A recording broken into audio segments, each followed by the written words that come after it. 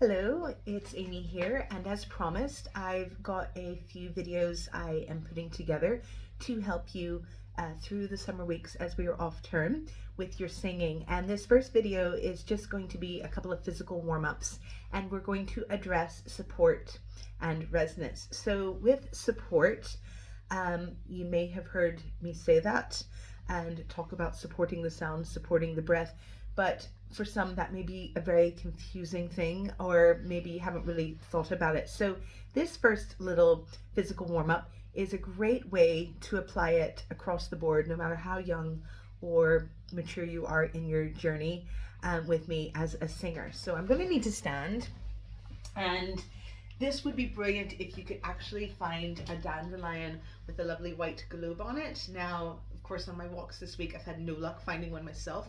We'll use our imagination today, but it would be a great fun thing to do in your summer months here if you happen to come across one. And I'm sure as soon as I make this video, I'll probably see a dozen on my next walk. So for now, when we talk about support in classical singing, a lot of teachers use the term poggio, which is Italian and literally means to lean. So in classical singing, you may have heard me or others use this term.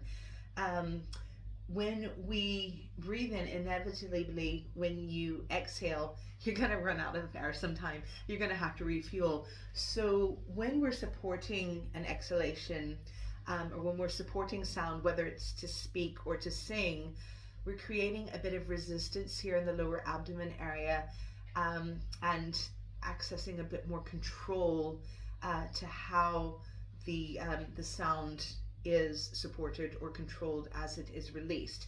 So with this imaginary dandelion, I know it's just my finger, use your imagination. We're going to picture this lovely white globe on top. Now, if I breathe in and exhale very, very, very gently, it's not going to do much. I might be very lucky to maybe wiggle the little seeds on top of the flower, but I'm not going to get much release. They're not going to go all over the place. So imagine you're just taking 3 really, really gentle inhalations and exhalations and blow very gently on your flower. So let's do this together. Inhale and exhale. We're going to do it again 2 more times. And we're going to do it 1 more time. So if I do that and you actually have a flower in your hand, you might get a little wiggle, but you may get the odd little seed popping off, but not a huge amount of success. So what we're going to do this time, breathe in, exhale a bit more air, provide a bit more support so we can make some of these little white seeds fly about a bit. So we're going to do this 3 times, inhaling and exhaling, and we're going to do it again. Release, breathe in 1 more time. So if you were to try that, you might see at this point little bits of white fluff flying about all over the place. So if you do get a flower, maybe do this outdoors. I mean, you can do it indoors. You just have to clean up after yourself. Now, finally, there's those stubborn bits when you get to the close to the center of the flower there, the pistil area. They don't really want to come off. So to even have a chance to get some of those bits of seeds off, you're going to have to provide even more support. So we're going to bring it really close up and inhale, exhale 3 times and really give some power again from this lower abdomen area. Breathe in with me. You can really hear that air coming out. Breathe in again. And we're going to do it 1 more time. So I really, really need to put some power there. Not only did I breathe a bit harder, but I brought it closer because I'm just really bound and determined to get those last bits off, because you'll find they're very, very stubborn. And sometimes you just have to yank them off. They're just not going to go anywhere. So it's just a very practical way you can think about breath support. And it's something that I think everybody could relate to.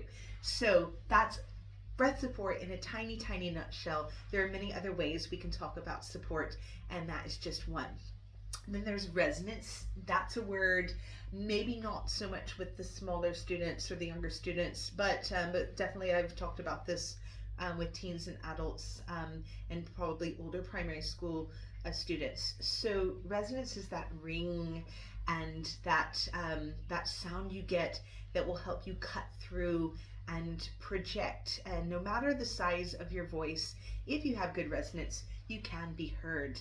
And sometimes just making a little hum sound is a great way to encourage resonance. So again, we always need to support the sounds we're making with a breath. And what I'd like you to do is just put your hands gently over the facial mask area. And when you release the sound, you're going to hum. Now that hum might be quite low in the middle or in the upper part of your voice. It doesn't matter. You can switch them around. But I just want you to make some humming noises and see if you can feel the buzz coming in this area. So breathing in.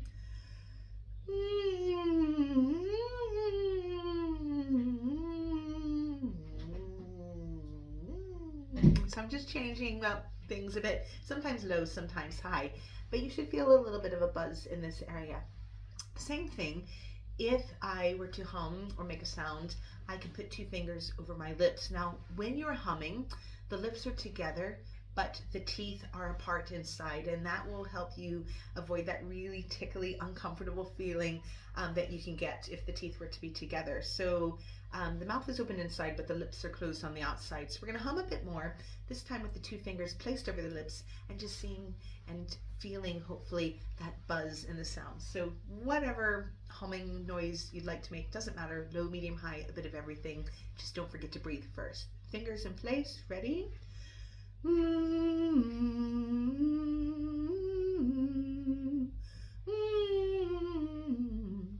you can do that as long as you like, but it's important if you are to feel the buzz, that's what we're going for. You want to feel that little buzzing sensation as you touch your lips.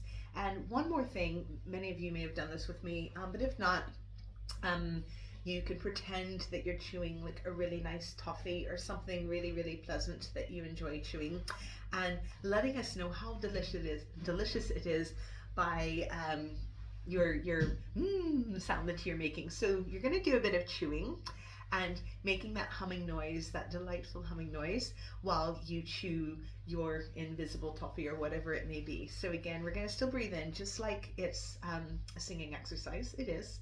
And enjoy that little chew. So here we go. Inhale.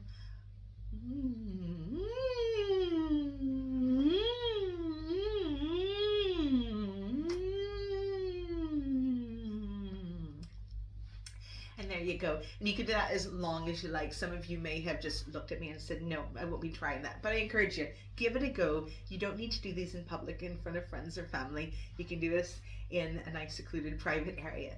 So these are just a few physical warm-ups that everyone can do, and hopefully you'll find them helpful, but also enjoyable and useful as you progress as a singer. So again, there'll be some more videos to follow. I'm trying to make them in smaller chunks, and that way you can focus on one concept at a time. Thanks for having a listen, and best of luck with this in your practice. I'll see you again on the next video. Take care.